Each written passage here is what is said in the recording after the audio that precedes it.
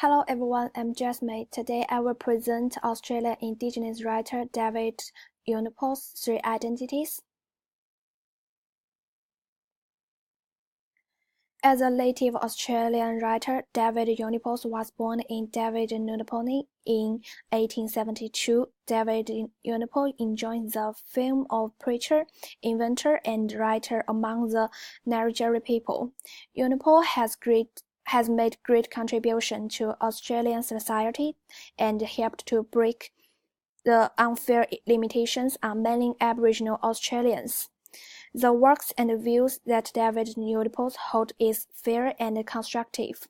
This presentation aims to discuss the identity that David Unipo holds in both his study and career. The identity can be divided into intelligence in study, faith in fairness, and persistence in literature. So the first identity is the intelligence in study. Unipo was educated at Cape Macleay School at the age of 7 and soon became famous for his intelligence. In 1887, the former secretary of the Aboriginal Friends Association said, "He just wished most white boys can be as smart and well-educated and polite as Unipo." The secretary spoke highly of Unipo's intelligence among the students that he was in charge of. The intelligence identity came from the encouragement of his teachers. Unipo left school at the age of 13 and served as a servant in C.B. Young. Young encouraged Unipo to form an interest in literature, philosophy, and science.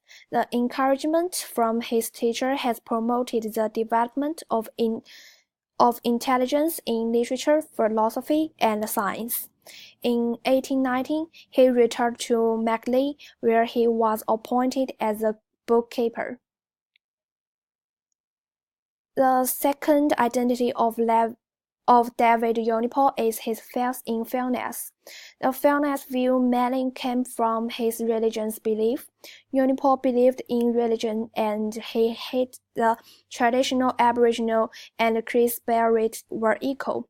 He employed donations from friends and helps indigenous people around Australia. The main from to use the donation is to travel extensively. The trip brought him into contact with many intelligent people who sympathized with the case of Aboriginal rights. Meanwhile, the experiences gave him the opportunity to explain Aboriginal culture and rights. As a traveler, he refused to stay because his race, and this is in turn promoted him to make more efforts to change the unfair condition of the Aboriginals. Just as Hosking and Susan said, Unipo believes that the skin color and racial differences in Jesus and traditional Aboriginal should disappear, and this idea helped him in many conditions. The last identities that David Unipo enjoys is his persistence in literature. Unipo was the first Aboriginal writer who was employed at University of Adelaide. During this period, Unipo himself wrote a book on Aboriginal legends in the early 1920s. From the beginning of 1924, he has written a lot of articles for the Sydney Daily Telegraph. David Unipo published 3 pamphlets on Indigenous story from 1927 to 1929. The topics ran from the permanent movement to Aboriginal legends and Aboriginal rights movements. All these experiences showed David Unipo's persistence in literature. In fact, the success of these works has in turn promoted David Unipo's to republish many traditional Aboriginal stories, and David Unipols gradually become the brave person in Australian Aboriginal legend.